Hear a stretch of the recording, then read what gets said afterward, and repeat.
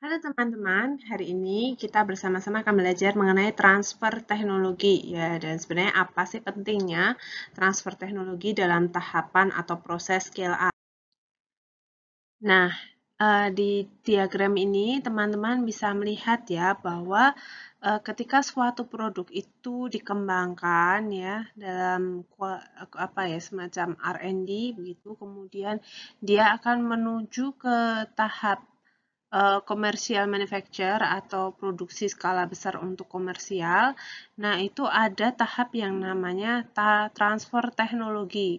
Nah, transfer teknologi ini sangat penting dalam proses scale up karena kita perlu mempertimbangkan beberapa faktor ya yang telah kita susun sebelumnya di dalam quality by design ya sebelum kita aplikasikan di dalam manufacturing proses ya.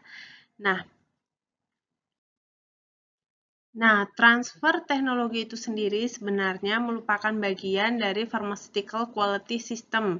Ini terdapat dalam ICH Q10 ya. Di sini tujuan akhir dari transfer teknologi adalah untuk mentransfer atau memberikan produk dan juga proses knowledge dalam hal ini pengetahuan atau data apapun ya between the development dari pihak pengembang dan ke pihak produksi ya, dan juga dari pihak produksi ke tempat lain yang memang berkaitan langsung. Nah, dalam hal ini tujuan khusus di dalam tahapan scale up-nya adalah fokusnya untuk membuat strategi kontrol yang baik, kemudian memastikan bahwa semua variabel dan parameter dapat dikontrol. Dalam hal ini, semua variabel yang awalnya di quality by design itu sudah kita tetapkan yang critical material attribute CMA dan CPP-nya itu ya itu bisa dikontrol, kemudian memastikan semua parameter kritis masuk di dalam desain space yang sudah kita buat. Nah, ini tujuan dari transfer teknologi dalam tahap scale up. Nah, sebenarnya apa saja sih yang ditransfer? Nah, yang ditransfer itu bisa berupa transfer dokumentasi ataupun transfer keahlian antar unit. Dalam hal ini kita sering mengistilahkan sebagai SU dan RU. SU sending unit atau RU receiving unit. Nah, di sini aktivitasnya secara umum lebih ke memastikan bahwa elemen-elemen kritis yang terdapat atau yang awalnya disusun, yang dimiliki oleh sending unit itu bisa tertransferkan dengan baik, bisa terkirimkan dengan baik, terdelivery dengan baik ke receiving unitnya. Dan kita harus memastikan bahwa hasilnya itu memuaskan semua pihak.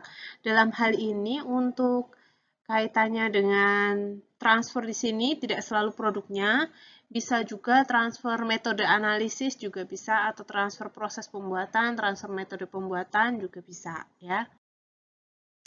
Nah, secara umum ada 5 komponen transfer teknologi. Yang pertama adalah humanware, istilahnya humanware, atau di sini adalah personel, tenaga ahli, trainernya, ya itu wajib untuk ada karena proses transfer itu pasti akan melibatkan tenaga ahli, ya terutama tenaga ahli baik dari sendernya atau pengirimnya ataupun penerimanya. Misalnya sendernya adalah R&D, ya sendernya adalah R&D bidang analytical development, kemudian kalau receivernya adalah dari pihak QC industri. Nah, seperti itu kan harus ada tenaga ahli dari masing-masing pihak. Kemudian ada juga infoware, dalam hal ini merupakan knowledge atau pengetahuan dan juga informasi-informasi penting yang akan ditransferkan atau disampaikan di situ.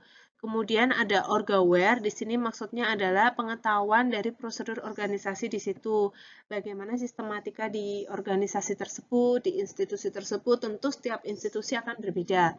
Nah, biasanya kalau itu berada dalam institusi yang sama, biasanya tidak akan terlalu diperhatikan. Tapi ketika misalnya terjadi proses transfer teknologi dari dua institusi yang berbeda, maka ini harus sangat diperhatikan. Misalnya pada saat proses toll in atau toll out gitu ya, kita punya R&D kita, punya produk, kemudian akan ditol diproduksi di pabriknya si C. Nah, itu proses transfernya perlu memperhatikan orgaware ini ya. Kemudian market mechanism itu lebih ke bagaimana bagaimana atau apa saja yang perlu diinvestasikan, yang perlu dipersiapkan sebelum pelaksanaan transfer teknologi, ya karena bisa jadi ada perbedaan spesifikasi alat, ya bisa dikatakan demikian. Ada beberapa perbedaan yang mungkin muncul gitu ya, atau yang perlu untuk diganti, yang perlu diubah. Nah, kemudian technoware juga tidak kalah pentingnya, terutama terkait equipment-nya, peralatan, dan juga objek fisiknya, ya atau barang-barang lain yang diperlukan. Nah, di sini kalau teman-teman lihat ada diagram dan anak panahnya. Biasanya dalam industri farmasi gitu ya, di sini ada formulation development, analytical development, packaging development ya. Di sini biasanya dari tahap atau dari pihak R&D, kemudian dia akan melakukan transfer teknologi baik masing-masing ke bagian produksi, ke bagian QC dan ke bagian packaging. Nah, di sini yang tidak kalah penting adalah peran serta dari Quality Assurance, Departemen Quality Assurance, karena bagaimanapun proses transfer teknologi itu tetap harus dijamin kemungkinan resiko yang terjadi ya. Karena QA pasti akan melakukan risk assessment terhadap proses-proses tersebut. Misalnya untuk formulation development ya, pengembangan formula.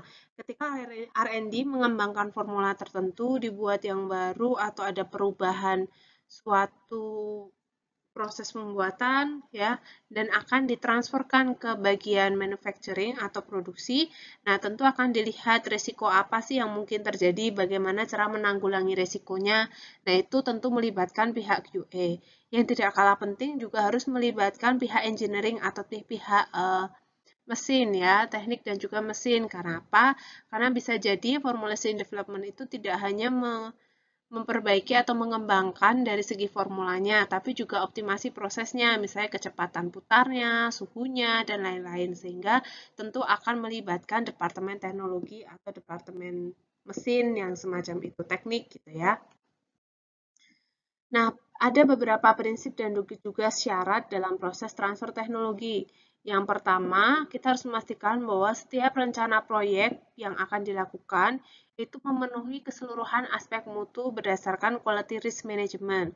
Kemudian, sebisa mungkin harus ada kapabilitas serupa antara sender unit dan juga receiver unit.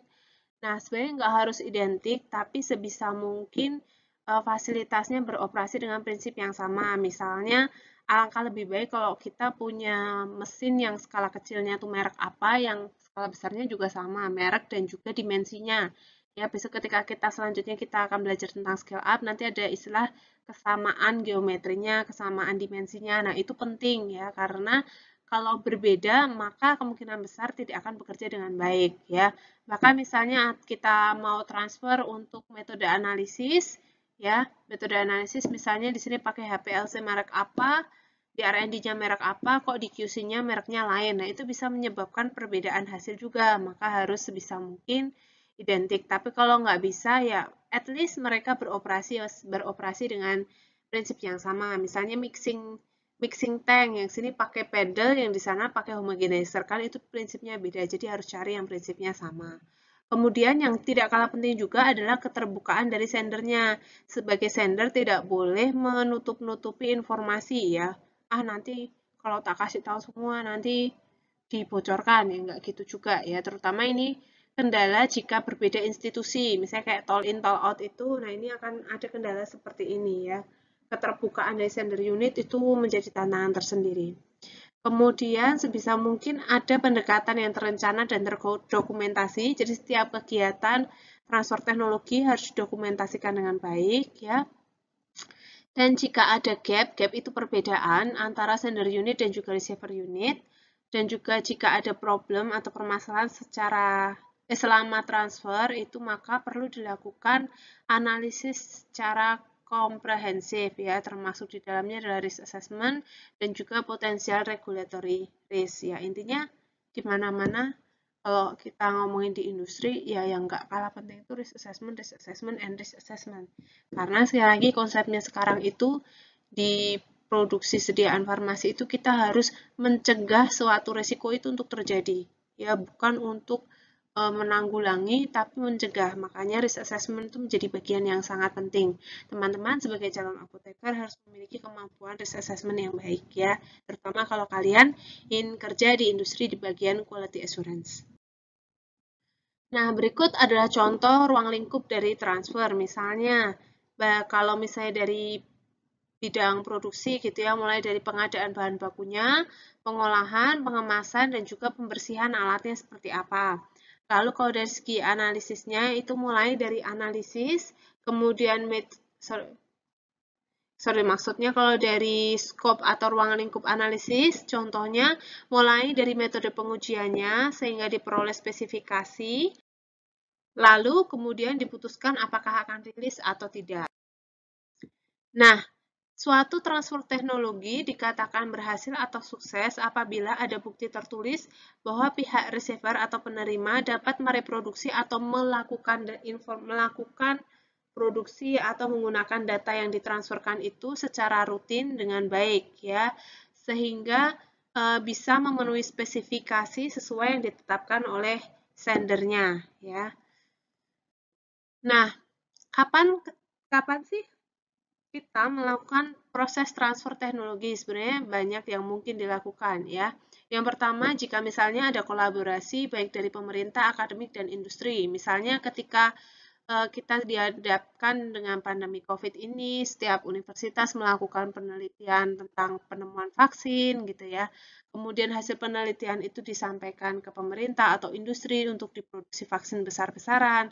Nah, itu merupakan contoh bentuk transfer teknologi atau industri global yang punya cabang, misalnya Pfizer.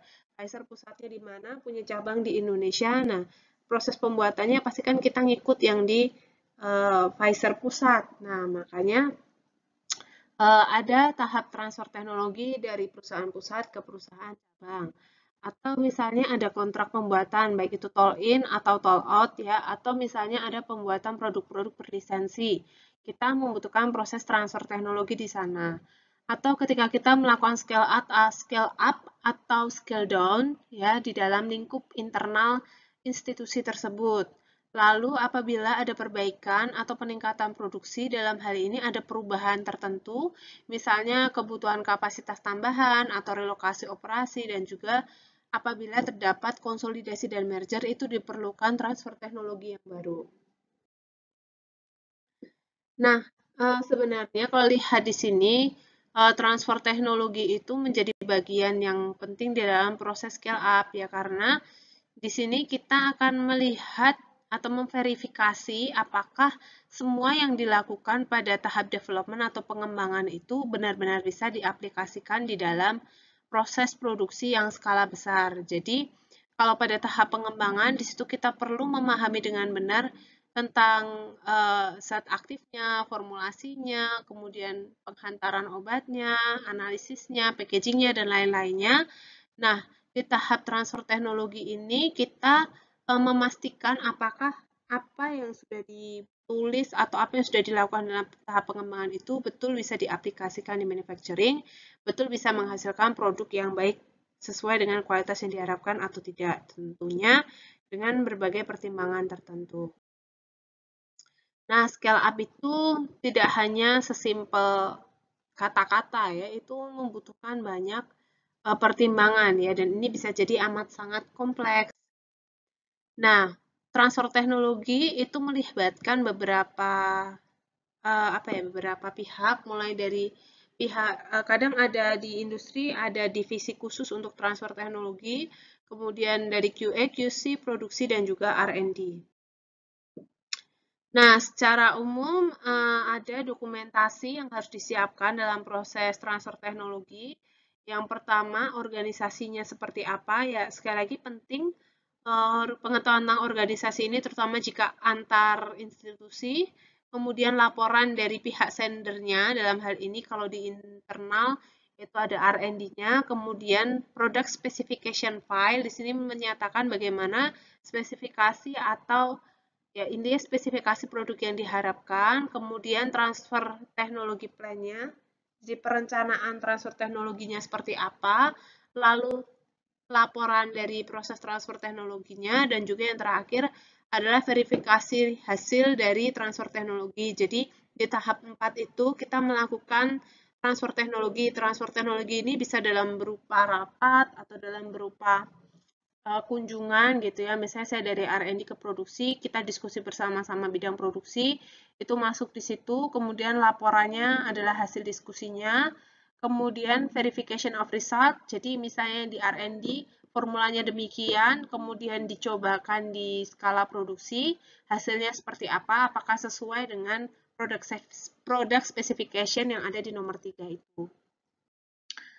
Lalu ada beberapa checklist yang harus dijamin ya, yang sebaiknya ada di dalam laporan transfer teknologi tadi ya, transfer teknologi report itu. Memuat master formulanya, kemudian instruksi manufacturing-nya, dispensingnya, metode analisis, dan juga tahap-tahap lainnya harus sedetail mungkin supaya hasilnya bisa sesuai dengan spesifikasi yang diharapkan. Nah, mungkin sekian dulu pengantar mengenai transfer teknologi. Apabila ada yang didiskusikan, bisa bertemu di Zoom meeting atau di Google Meet ya pada jadwal yang sudah ditetapkan. Terima kasih.